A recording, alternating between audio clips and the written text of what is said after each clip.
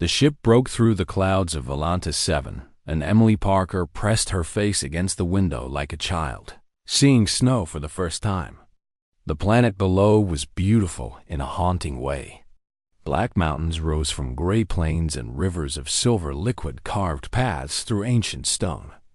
No one had set foot on this world in recorded history. No one except the ones who came before. Emily was 34 years old, and she had spent her entire adult life chasing ghosts. She was a Zen archaeologist working for the United Earth Exploration Corps, and her specialty was the architects. They were the most advanced civilization the galaxy had ever known, and they had vanished 3 million years ago without explanation.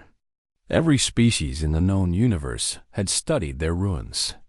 Every species had failed to understand them. The ship landed on a plateau near the base of the largest mountain. Emily stepped out first, and the cold air hit her lungs like a punch.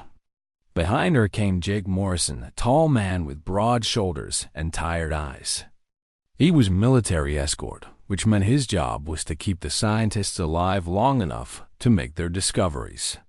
He carried a rifle and wore armor, but his smile was warm when he looked at Emily. Last came Rachel Kim, who was already scanning the environment with her tablet. Rachel was a linguist, and she could read 17 alien languages fluently. She had joined this mission because the initial probe had detected inscriptions on the mountain. Inscriptions in a language no one had ever seen before. They hiked for 6 hours through terrain that fought them every step. The black rock was sharp, and the wind never stopped howling. But Emily did not complain, and neither did the others. They all knew what waited ahead. The probe had found something extraordinary, that the entrance to the temple was carved into the mountainside. It was 300 feet tall and shaped like an arch.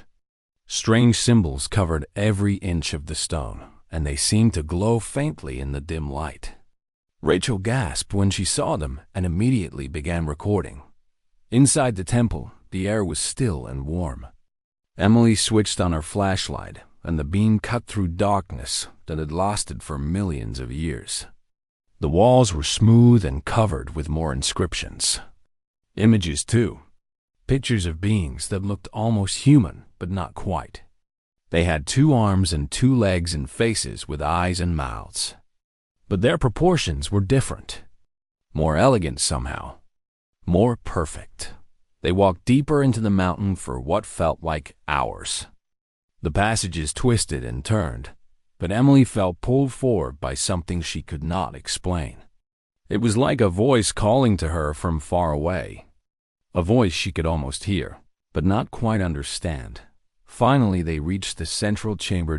Jake whistled low when he saw it. The room was enormous and circular, with a domed ceiling that rose hundreds of feet above them.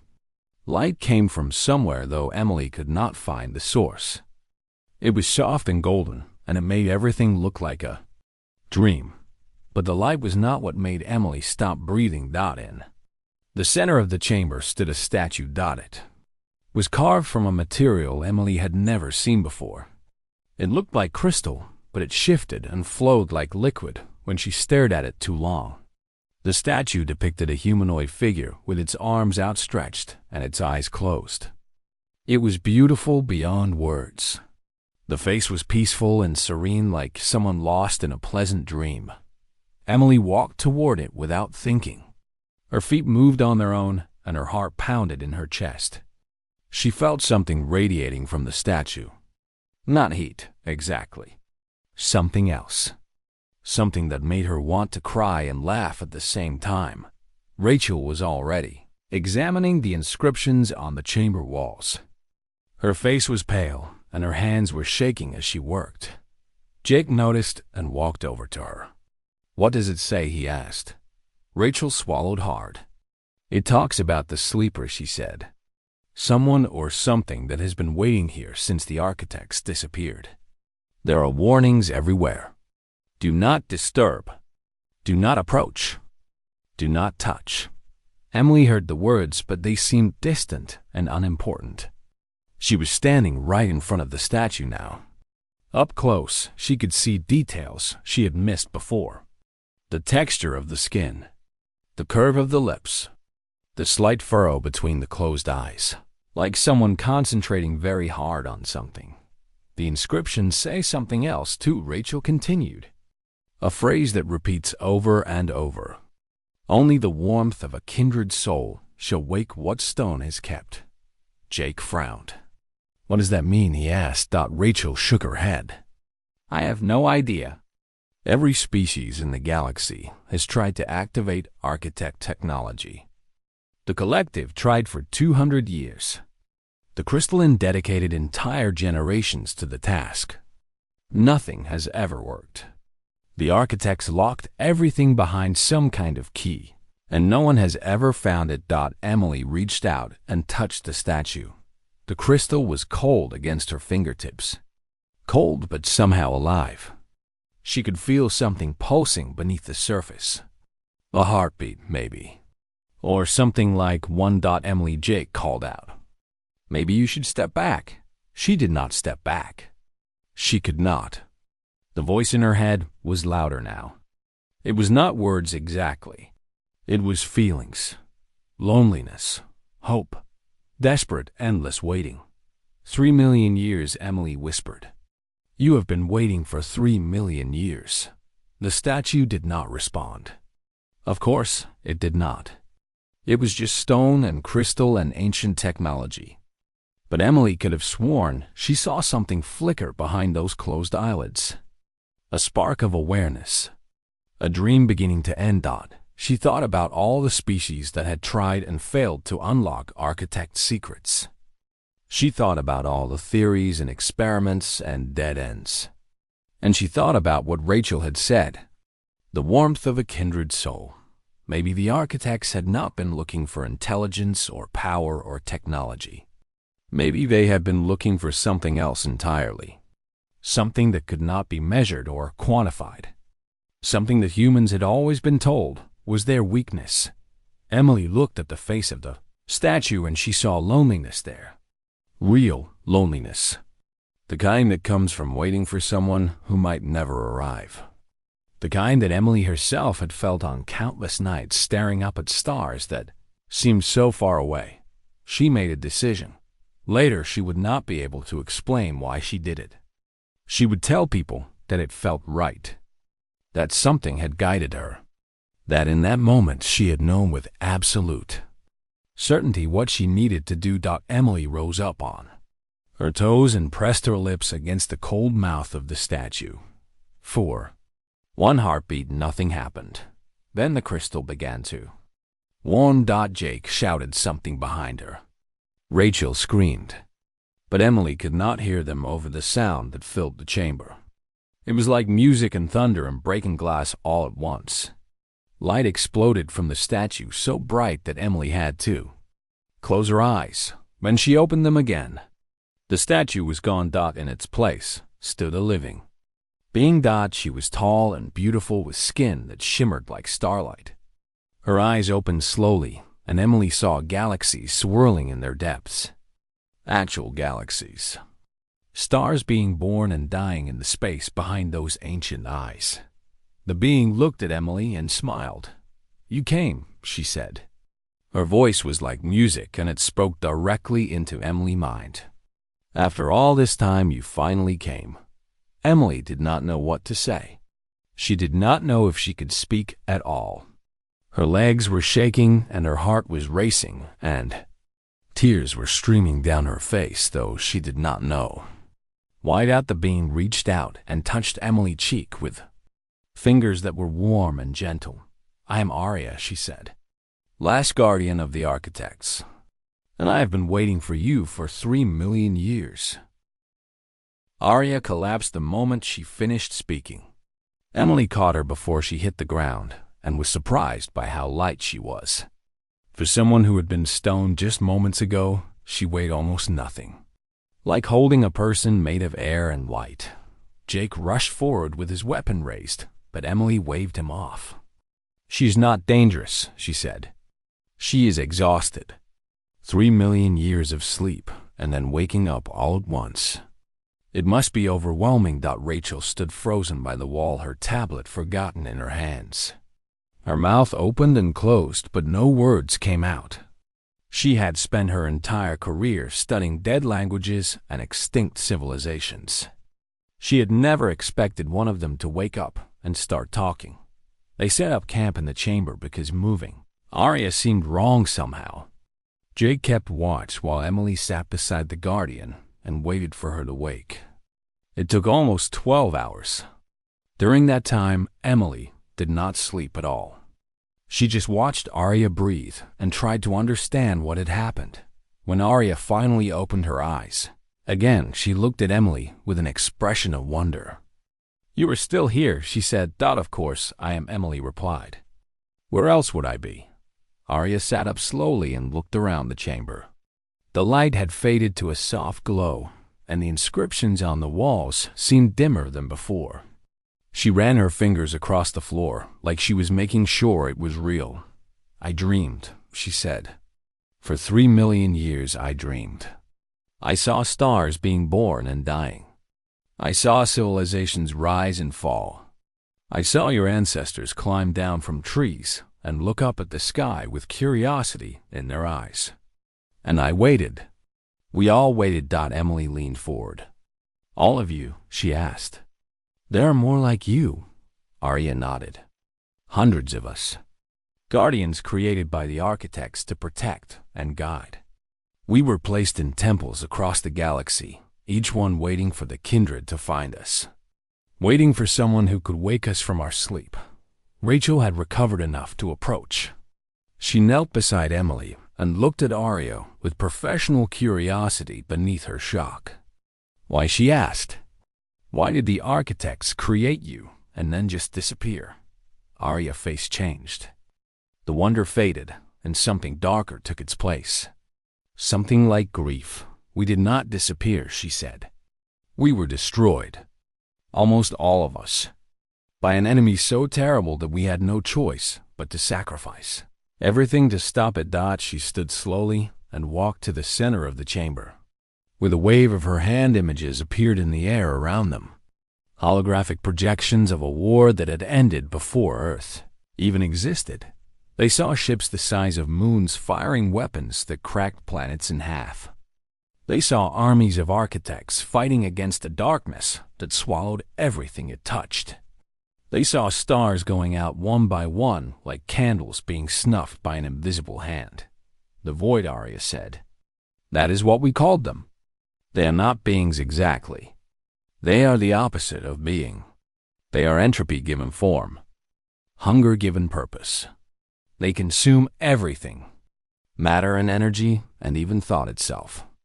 They came from somewhere outside our universe, and they wanted to make everything like themselves. Empty, cold, dead." Jake had moved closer to watch the images. "How did you stop them?" he asked. Arya gestured, and the scene changed. They saw a massive structure floating in space. It looked like a ring made of light with symbols carved into its surface that hurt to look at directly. "The threshold," she said. "We built it at the point where the void entered our universe. A seal made from the combined life force of billions of architects. My people gave their lives to create a barrier that would hold the void back. But the seal was never meant to last forever. It was meant to give us time. Time for what?" Emily asked. "Time to find you," Arya said. She turned to look at Emily, and her eyes were filled with something like hope. "My people studied millions of species across the galaxy. We found many that were intelligent and strong and capable of great things. But none of them had what we needed. None of them could activate our technology or wake our guardians, or use the weapons we created to fight the void." She walked toward Emily and took her hands. Her grip was warm and gentle. "Then we found your ancestors," she said. "Small creatures on a small planet orbiting an ordinary star. You were nothing special in most ways. Weak bodies and short lives and no natural weapons to speak of. But you had something else. Something we had almost forgotten existed." "What?" Emily whispered. "Connection," Arya said. "Love. The ability to form bonds with other beings so strong that you would die for them without hesitation. We had grown cold over the millions of years of our existence. Logical and efficient, but empty inside.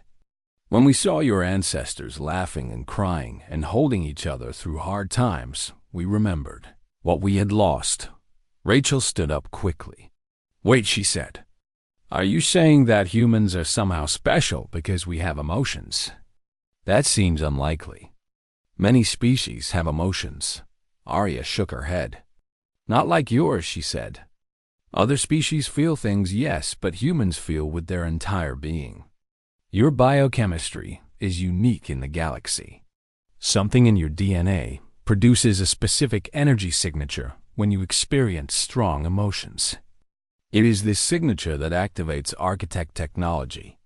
It is what woke me from my sleep when Emily pressed her lips to mine." Jake laughed suddenly. The sound was sharp in the quiet chamber. "So you are telling me," he said, "that the most advanced civilization in history built all their stuff to run on feelings." "On human feelings specifically." Arya smiled. "I understand how it sounds," she said. "But yes, that is exactly what I'm telling you. The architects believed that the capacity for love was the most powerful force in the universe, more powerful than any weapon or technology. They designed everything around that belief. Emily's mind was racing. The implications were enormous. For 200 years, humanity had been part of the galactic community, but they had always been seen as a minor species.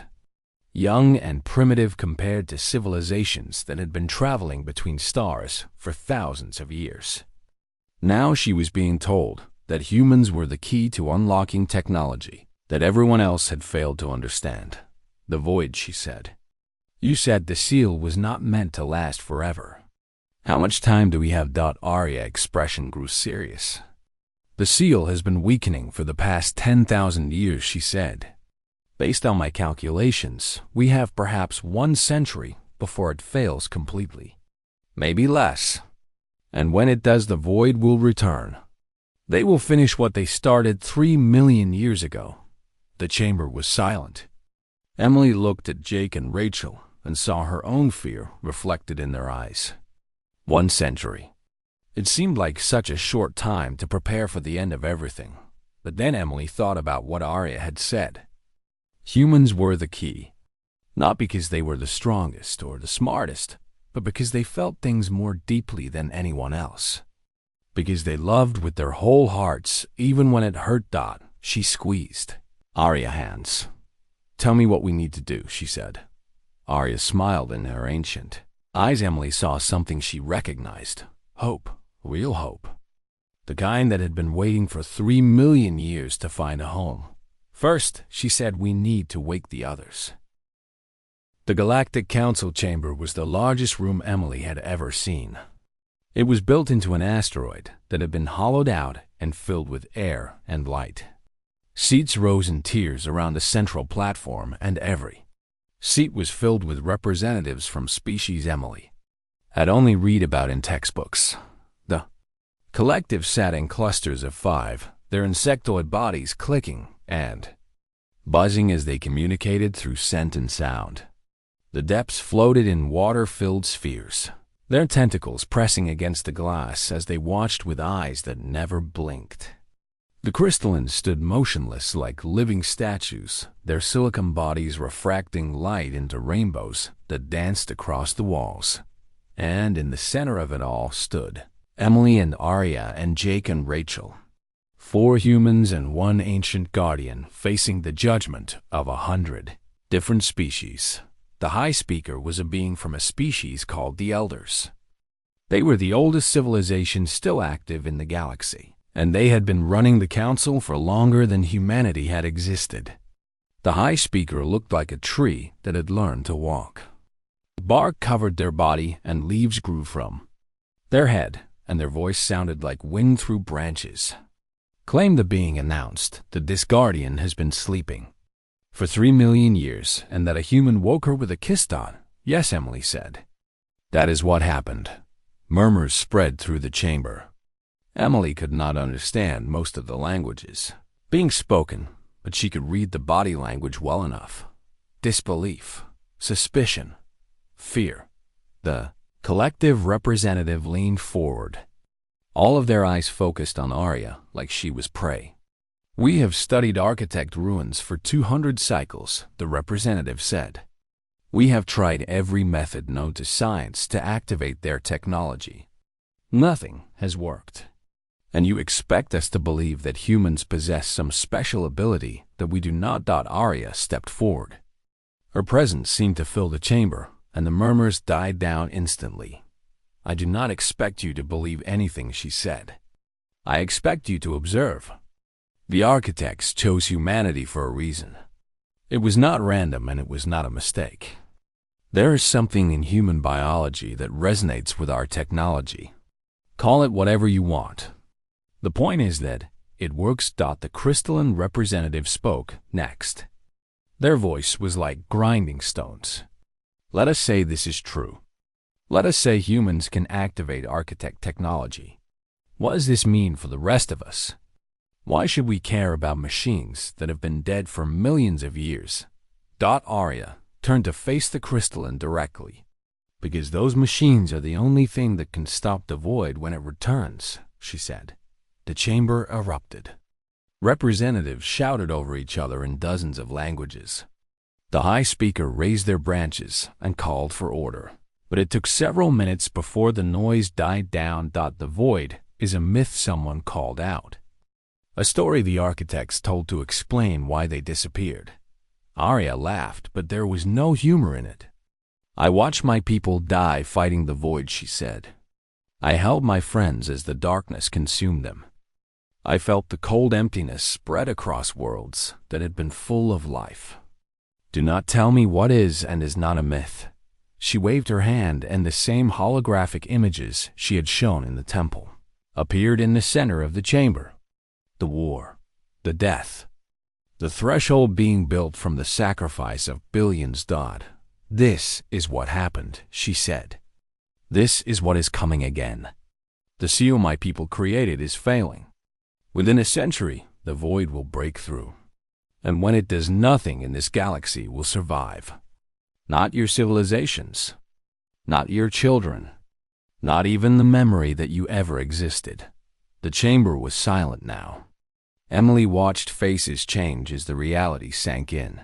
Fear spread through the room like a disease. The depths representative was the first to speak. "If this is true," they said, "then what can be done? You say humans can activate your technology. But what technology? Where is it?" Arya nodded. "Across the galaxy," she said, "there are hundreds of temples, like the one where I slept. Each one contains a guardian waiting to be awakened. And in hidden vaults throughout known space, the architects left weapons and shields and tools designed specifically to fight the void. All of it is waiting. All of it needs human activation." The collective representative clicked rapidly. "Then humans must be protected," they said. "Contained, studied. We cannot risk losing access to this resource." Jake stepped forward. His hand rested on his weapon, but he did not draw it. "We are not a resource," he said. His voice was calm, but there was steel underneath it. "We are people. And we are not going to be contained or studied or protected by anyone but ourselves." The representative made a sound that might have been a laugh. "You are a young species," they said. "You have been part of the galactic community for only 2 centuries. You do not have the wisdom to handle this responsibility." Emily felt anger rise in her chest. She thought about all the times humanity had been dismissed, called primitive, called emotional, called reckless. She thought about the way other species looked at humans, like they were children who needed to be managed. "Maybe you are right," she said. Her voice was quiet, but it carried through the chamber. "Maybe we are young and emotional and reckless. Maybe we do not have the wisdom that comes from millions of years of existence. But we have something else." She looked around the chamber at all the ancient species watching her with their alien eyes. We have hearts, she said. We feel things so deeply that it hurts. We love people we have never met and cry for tragedies that happened before we were born. We look at the stars and feel wonder even though we know how small we are. You call that a weakness. The architects called it the most powerful force in the universe. The chamber was completely silent. Every eye was focused on Emily. You want to know why the architects chose us, she continued. It was not because we were strong or smart or powerful. It was because we care. We care about things that do not make logical sense to care about. We fight for people who cannot fight for themselves. We love even when love brings us pain. She pointed at the holographic images still floating in the air. The void is coming, she said. And when it does, you will need more than logic and wisdom to stop it. You will need passion. You will need courage. You will need the ability to sacrifice everything for something bigger than yourself. That is what humans bring to this fight. That is why the architects chose us. And that is why we are going to win. The high speaker leaned forward. Their leaves rustled as they studied Emily with ancient eyes. You speak boldly for such a young species, they said. Emily met their gaze without flinching. I speak the truth, she said.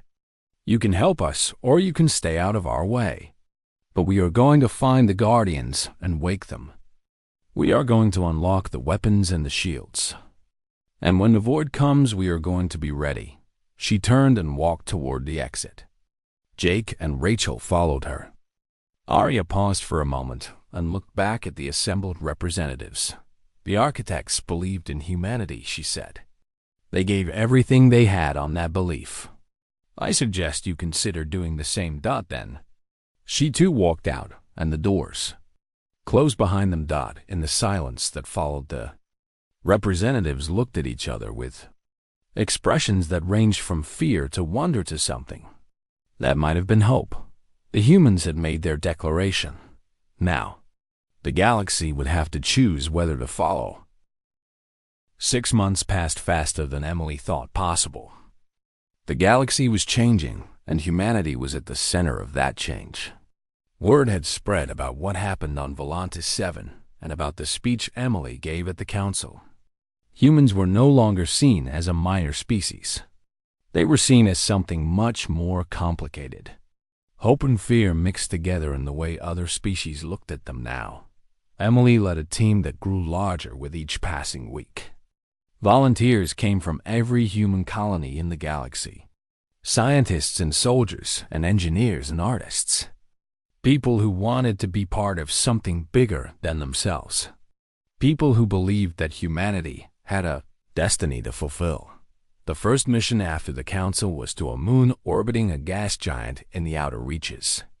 The temple there was underwater, hidden beneath an ocean of liquid methane. Jake piloted the submarine while Rachel worked on translating the inscriptions they found on the outer walls. The guardian inside was male. He stood in the same pose as Arya had, with arms outstretched and eyes closed. But where Arya had looked peaceful, this guardian looked like a warrior. His jaw was set and his fists were clenched even in sleep. Jake studied the statue for a long moment. Then he walked up to it and held out his hand. "Wake up, soldier," he said. "You have been sleeping long enough. Time to get back to work." He grabbed the statue hand and shook it firmly.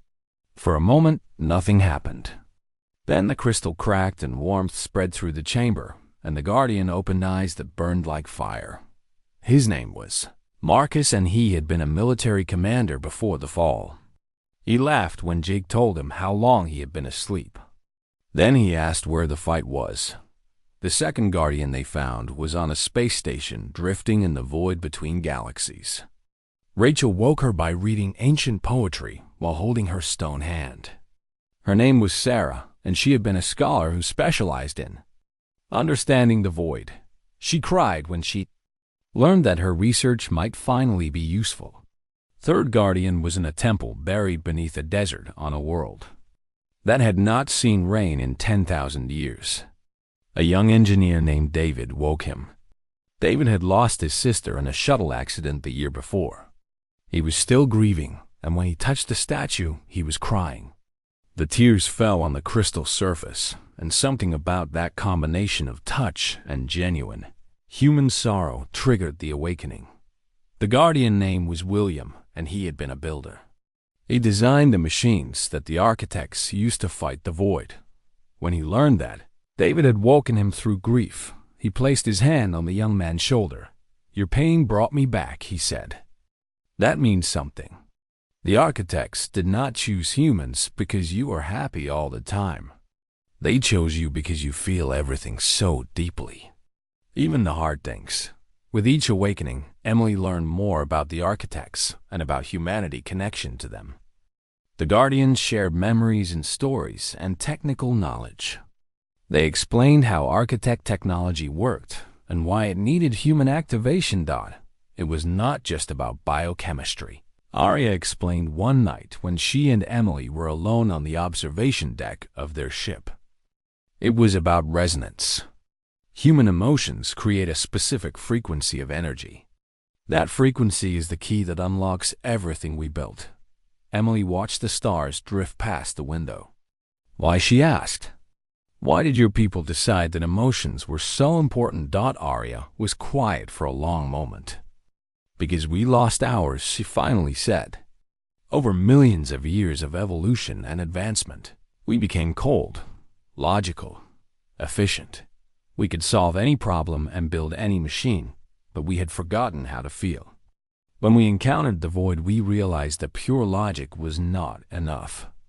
The void is entropy. It is the absence of meaning. The only thing that can fight meaninglessness is passion, is love, is the desperate, stubborn refusal to give up even when everything seems hopeless." She turned to look at Emily with those galaxy-filled eyes. "When we found your ancestors, we saw beings who had almost nothing," she said. "Short lives and weak bodies and a dangerous world that was trying to kill them every day. But they kept going.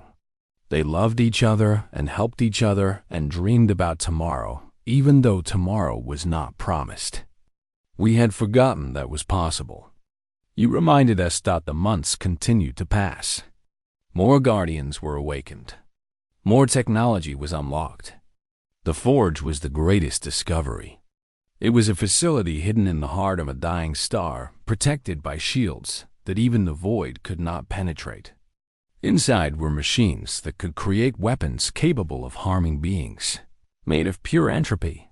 But there were also signs that time was running out. Strange ships appeared at the edges of explored space. They did not respond to communication attempts, and they disappeared before anyone could get close. Colonies near the galactic rim reported feeling a creeping cold that had nothing to do with temperature. It was a cold that came from inside, a cold that drained hope and joy and left only emptiness behind. The void was waking up. The seal was failing faster than anyone had predicted. Emily pushed her team harder. They traveled to more temples and woke more guardians. They activated shield networks and communication arrays and weapon platforms. They did everything they could to prepare for what was coming. One night, Marcus found Emily alone in the training room. She was hitting a punching bag with more force than skill, and sweat was pouring down her face. "You are afraid," he said. Emily stopped and looked at him. "Of course I am afraid," she said. "The end of everything is coming, and I'm supposed to stop it." "How am I supposed to do that?" Marcus walked over and steadied the bag. "You are not supposed to stop it alone," he said. "That is the point. The architects did not choose one human. They chose all of humanity. You are the spark that started this, but the fire belongs to everyone." Emily leaned against the bag and tried to catch her breath. "What if it is not enough?" she asked. "What if we do everything right and it still is not enough?" Marcus smiled. It was a warrior smile full of determination and acceptance. "Then we go down fighting," he said. "We make the void pay for every inch it takes. We show the universe that humanity does not surrender. That is all any of us can do." Fight until we cannot fight anymore, and trust that it matters. Emily nodded slowly. She thought about Jake and Rachel and David, and all the others who had joined this mission. She thought about the Guardians who had waited for 3 million years. She thought about the architects who had sacrificed everything on the belief that humans would come. Okay, she said. Let us get back to work. 2 weeks later, the void broke through. The darkness came like a wave. Emily watched from the command deck of the flagship as stars winked out one by one. It was not that they were being destroyed exactly. They were being unmade, erased from existence like they had never been there at all. The threshold had held for 3 million years. Now it was collapsing, and the void was pouring through the gap like water through a broken dam. Ships from every species in the galaxy had gathered to fight, but Emily could see the fear in their formations. They did not know how to fight an enemy that was not really there. An enemy made of nothing and everything at the same time. The Guardians stood with Emily on the command deck. All 37 of them that had been awakened in the past months. Arya was at her side, and Marcus was coordinating the fleet, and Sarah was analyzing every scrap of data they could gather about the void movements.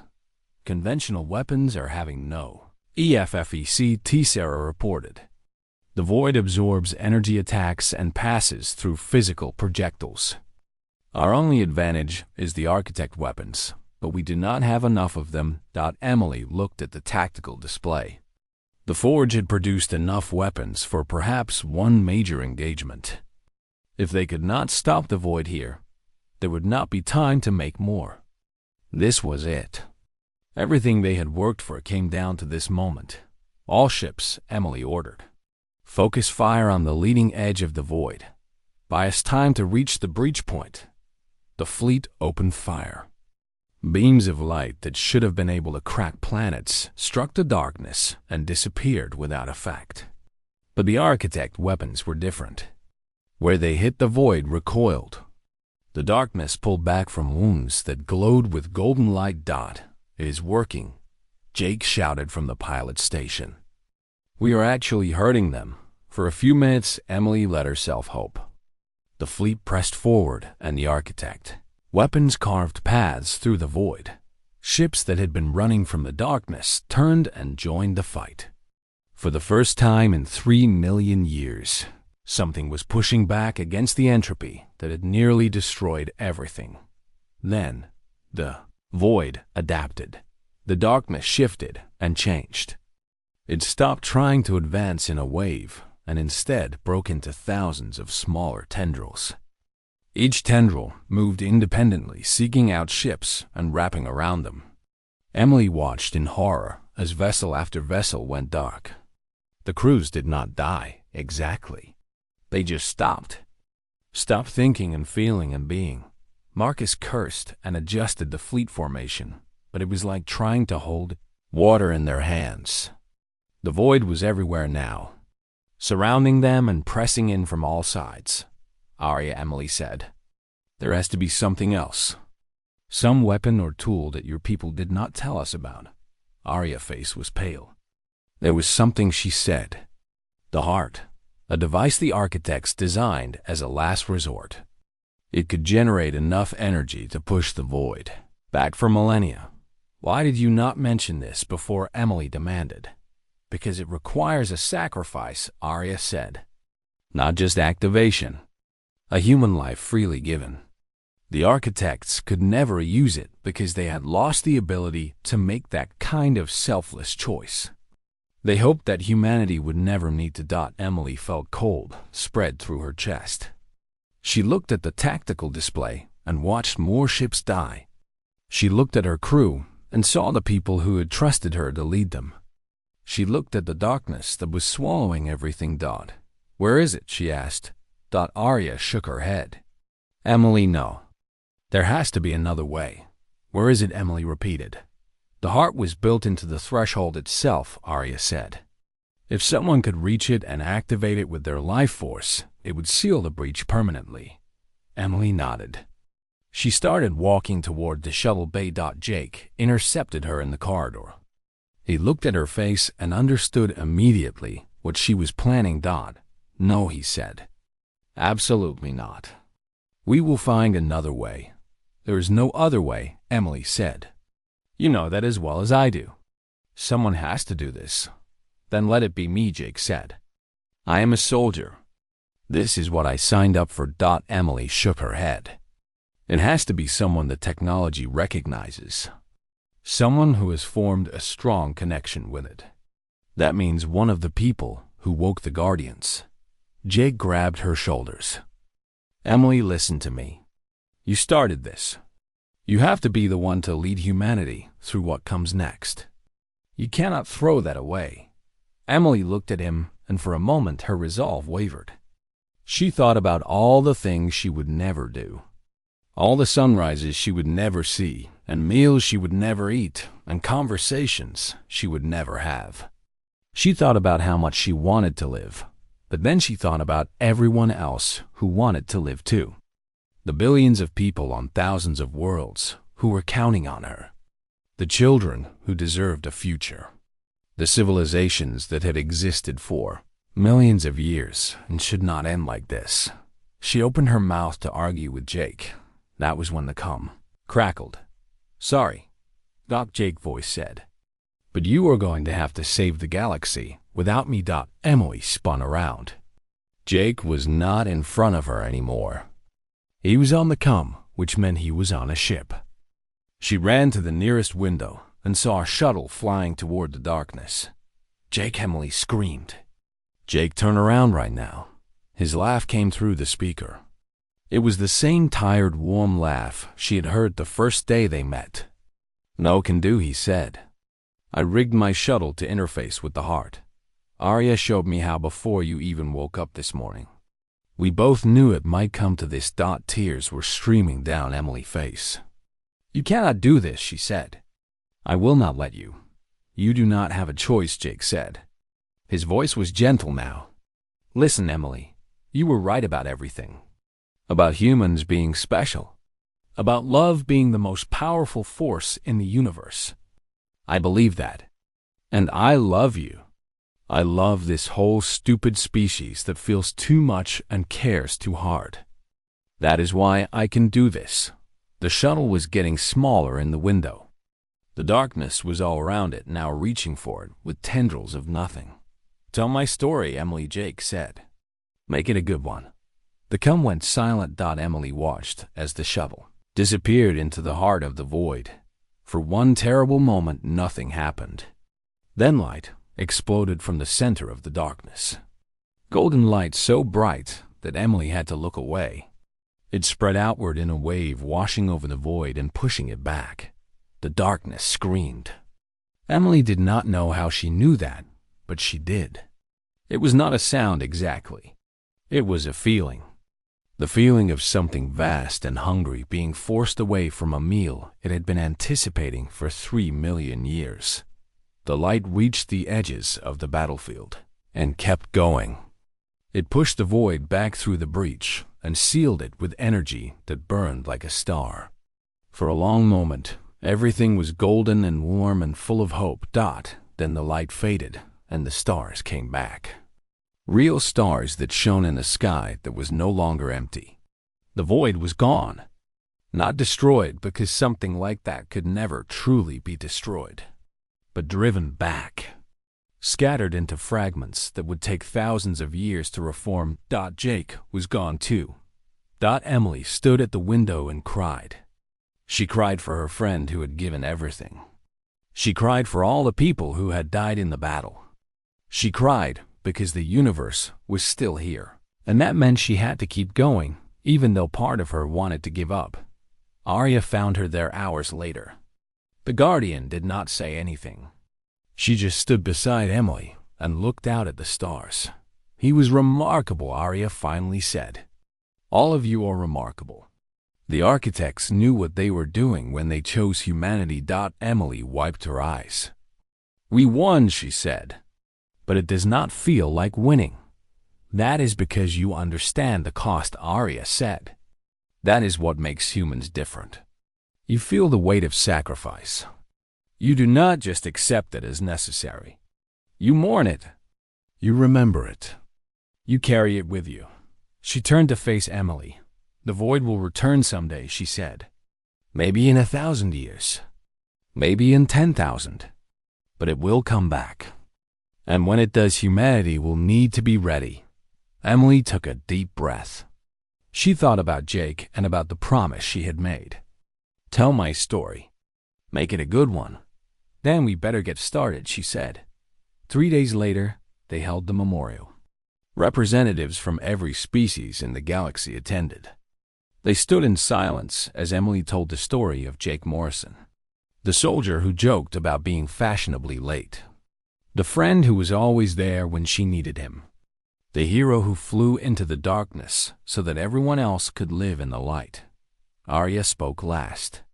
Her voice carried across the crowd and across the galaxy, through every communication channel that would carry it.